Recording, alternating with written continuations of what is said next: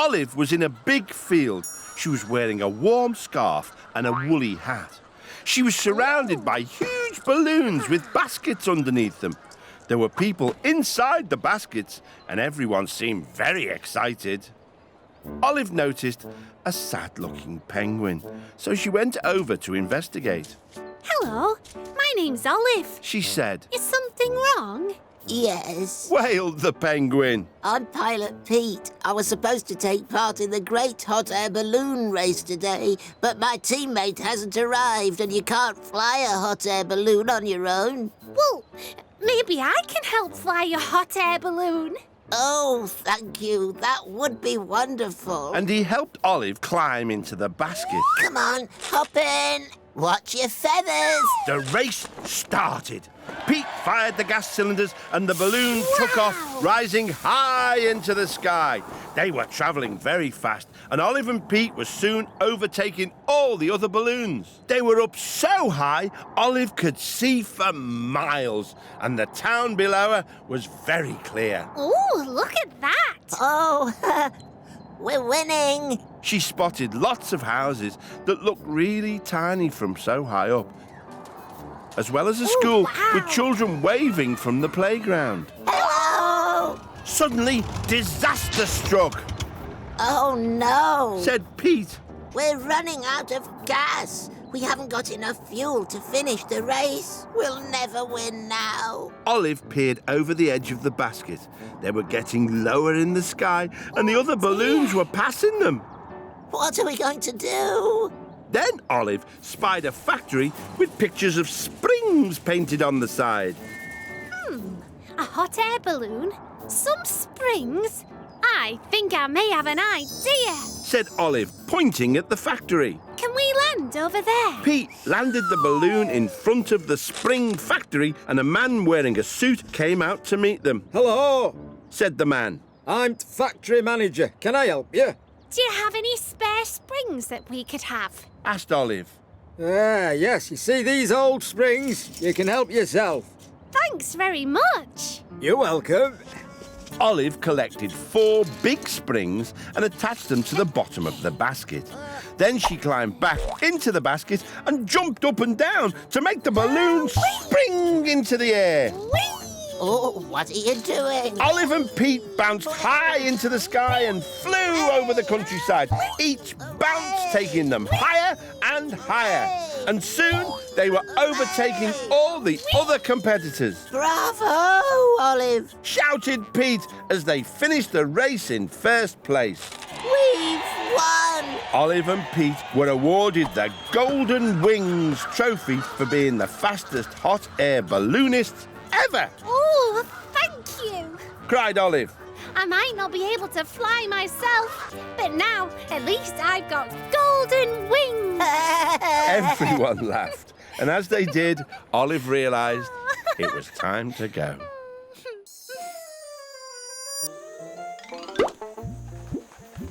Typical Olive, daydreaming again. Said her mum. Okay, actually, I've been bouncing in a hot air balloon. Your head's been in the sand too long, dear. Said Olive's dad. Her little brother laughed. But Olive wasn't listening. She was already dreaming of her next big adventure. Olive the Ostrich! Olive was wearing a red and white check shirt, dungarees and Wellington boots. She was standing in a fruit orchard on top of a very tall hill. There were sheep grazing amongst the trees. Okay, look at all the fruit on these trees. Yummy. She could see one of the trees shaking, so she headed over to investigate. There was a farmer jumping up and down as he tried to pick an apple from the tree. Hello there. Said Olive. Hello. Said the farmer. My name's Olive. What are you doing? Well, that's a good question, my lover. My lover? That's a strange thing to call me. Giggled Olive. Oh, it's what I calls everyone. I'm Farmer Applebottom, and I have to pick the fruit from all my trees to make up fruit boxes for the whole village by 12 o'clock. But however am I going to do it in time? Maybe I can help you, but you'll have to show me what to do. Farmer Applebottom showed Olive how to pick the fruit and put it all in wooden boxes. They soon got to work, picking the apples, pears, oranges and lemons from the trees. Oh, it's no good, Olive. There's just too much fruit. We're never going to pick it all in time. Just then, Olive looked down the hill and spotted some dancers with funny costumes and flowers in their hats, stamping their feet. What are those funny people doing, Farmer Applebottom? Oh, they're the village Morris dancers. Lots of fruit to pick. Funny stamping dancers. I think I may have an idea. Yoo-hoo! Olive called down to the Morris dancers. Could you come and give us a hand, please? The Morris dancers waved and nodded and started to climb the hill. Soon, they were standing in the orchard. If we all dance in a ring around the trees and stamp our feet really hard, we should be able to make the fruit fall to the ground as the trees shake. Oh, right you are, my lover. Said Farmer Applebottom. Okay. 1, 2, 3, go! I think it's working. As the last piece of fruit fell, the Morris dancers left to practice back in the village. Finally! Just after they went, all the fruit began to roll down the hill towards the village. Oh no, Olive! All the fruit is rolling away. What are we going to do now? Olive heard a sheep bleating. Jump on a sheep, Farmer Applebottom. We're gonna chase the fruit down the hill, and you'll need to grab a branch too. A branch, my lover? Use the branch to knock the fruit into people's houses. They both climbed onto sheep and chased after the fruit, knocking the fruit into each house right through the front doors.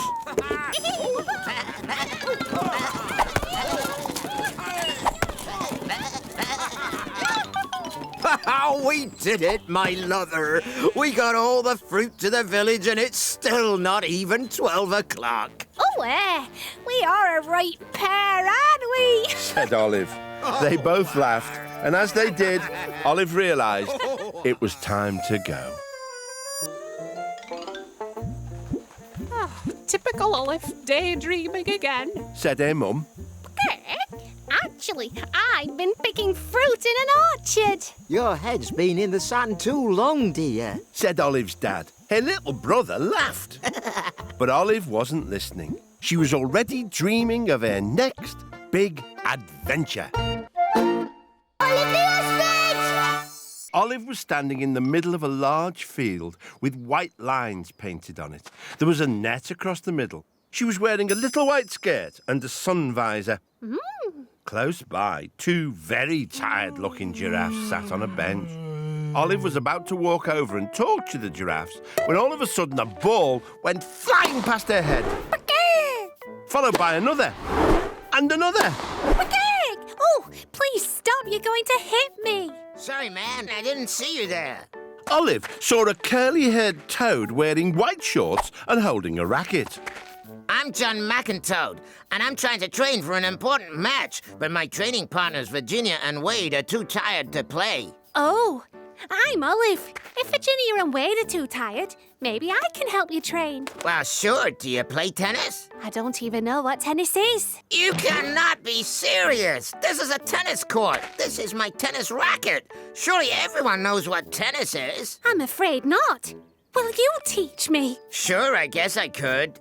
First you need a racket like mine. It's what you use to hit the ball. John gave Olive a lovely pink racket from his bag. Now you go down to that end, and when I hit the tennis ball over the net to you, you try and hit it back, okay? Olive swung her racket a couple of times to get ready. John threw the ball high above his head and hit it over the net. It was going so fast, Olive couldn't reach it in time. John tried again and again, but each time he hit the ball so hard that Olive couldn't hit it back. Then John smashed the ball really hard. It whizzed over the net and hit Olive right on the wing, making her spin around. Into the net, feathers flying everywhere. I've broken the net. Exclaimed Olive. John McIntoad ran over and stuck a long strip of sticky plaster on Olive's wing. Don't worry about the net. I hope I haven't hurt you, Olive. Oh, no, I'm fine, John. But I'm afraid I haven't given you much tennis practice. Olive looked around and suddenly thought of something. Some feathers.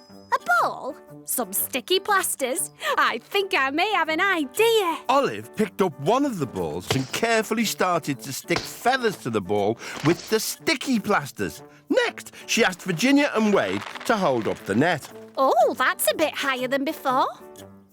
Once the net was in position, John tossed the feather-covered ball above his head and hit it over the net. With the feathers on it, the ball was now going slower and Olive could reach it. She hit the ball back this time to John, This is what we call a rally. said John, hitting the ball back to Olive. Olive and John hit the ball back and forth, high and low, fast and slow. They played the tennis rally all afternoon until eventually John hit the ball too low and it landed in the net. Ugh, I think that's enough practice for one day. Said John, breathing heavily and looking exhausted. Thanks for the game, although I'm not sure I'm really very good at tennis. Well, you were amazing at featherball. You've invented a whole new game. Heck, have I? Oh, let's hope it doesn't catch on. I don't want to lose any more feathers. They both laughed, and as they did, Olive realised it was time to go. Typical Olive, daydreaming again. Said her mum. Okay, actually, I invented a new game called Featherball. Your head's been in the sand too long, dear. Said Olive's dad. Her little brother laughed.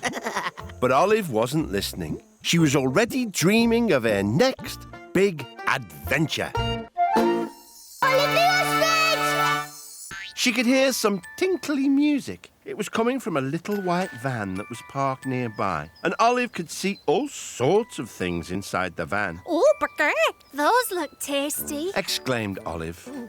Olive was wearing a white overall and a special paper hat. She could hear strange grunts coming from inside the van. Hello? Are you all right? Asked Olive, and she reached in through the window to help.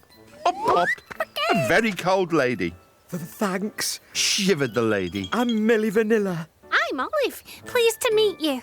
Oh, you're cold. You need to warm up. Oh no, if I do that, my ice cream will melt, and I need it for a birthday party. Ice cream? Yes, it's a very tasty treat, and I don't want to boast, but my ice cream is the very best. She reached into the freezer and scooped some ice cream into a cornet for Olive to taste. I add a secret ingredient. Whispered Millie, and she stuck a stick of chocolate on top. Olive licked the ice cream.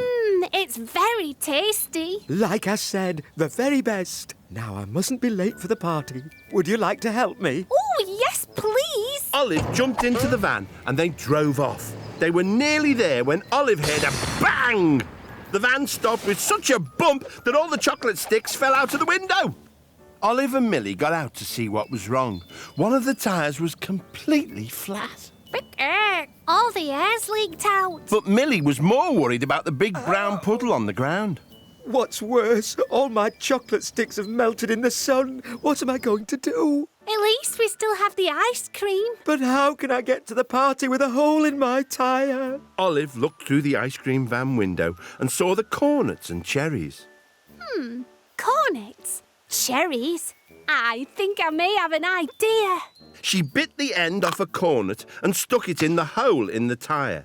Then she scooped up the melted chocolate and poured it in through the hole. When the tyre was full, Olive plugged the hole with a cherry.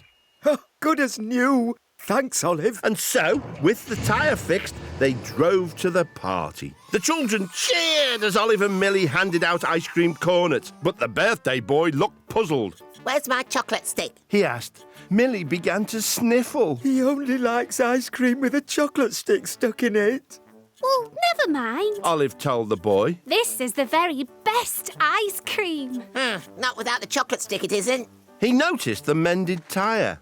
Hey, if I can't have a chocolate stick, can I have that cherry?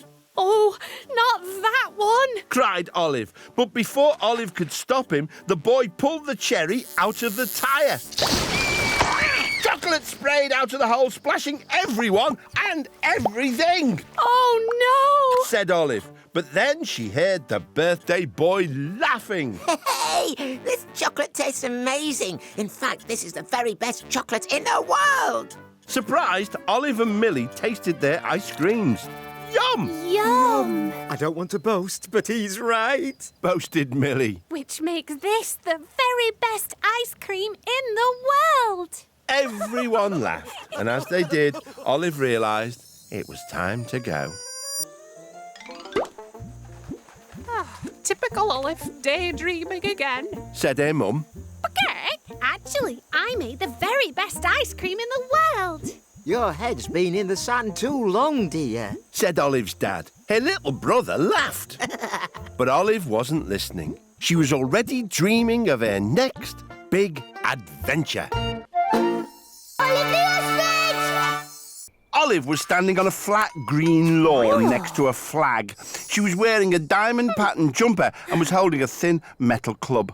Oh, this is awful. How can I play golf in these conditions? Said a man in a bright pink jumper. He was holding a club, just like Olive's. Hello, I'm Olive. Is everything okay? She asked. I'm Rory, and no, things are jolly well not okay. How can I play a quiet round of golf on my favourite golf course with all these pesky rabbits digging up the place? Olive looked down and noticed that there were lots of rabbits jumping around, digging holes and burrowing all over the golf course. It was chaos! Cake. Oh, I see. Yes, that is a bit of a problem. Too right, Olive.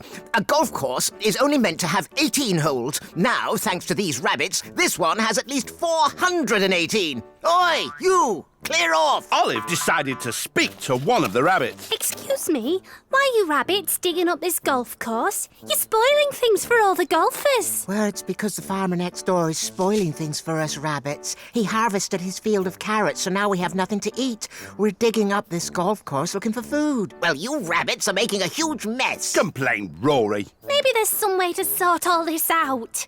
I'm going to speak to the farmer. Olive went next door to the farm. There she found the farmer standing in a field next to his tractor and plough. He did not look happy. Oh, what is wrong with this tractor? Hello, I'm Olive. Can I help? Oh, hello there. My tractor's broken down, so I can't use it to plough this field and plant new crops. What am I going to do?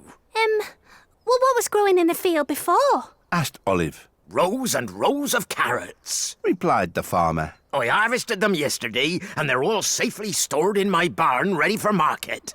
An unploughed field, a messed up golf course. I think I may have an idea.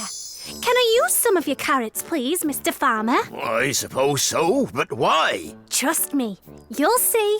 Olive went back to the golf course and spoke to the rabbits. Please could you rabbits leave the golf course and line up along one side of the farmer's field? She asked the rabbits politely. But we're having lots of fun here. Why should we leave? Trust me, you'll see. The rabbits were intrigued and followed Olive. She poked a line of carrots deep into the soil along one side of the field and got the rabbits to line up along the other side. Okay, rabbits, come and get these carrots. As soon as the rabbits smelt the carrots, they started burrowing across the field towards them. Oh, that's brilliant, Olive. The rabbits are ploughing my field. When the rabbits reached the carrots, they gobbled them down. Yum, thanks, Olive. But we still need somewhere to live. Tell you what, you lot can live in my pasture over there if you agree to help me plough my other fields. Do we get more carrots? Of course you do. Just then, Rory popped his head over the hedge. That's if you help me fill in those extra holes you dug in the golf course. Oh, okay, will do. Looks like everyone's happy. Thanks for getting those rabbits off our golf course, Olive. Would you like to play a few holes with me? You never know, you might hit a birdie. Cake. I certainly hope not.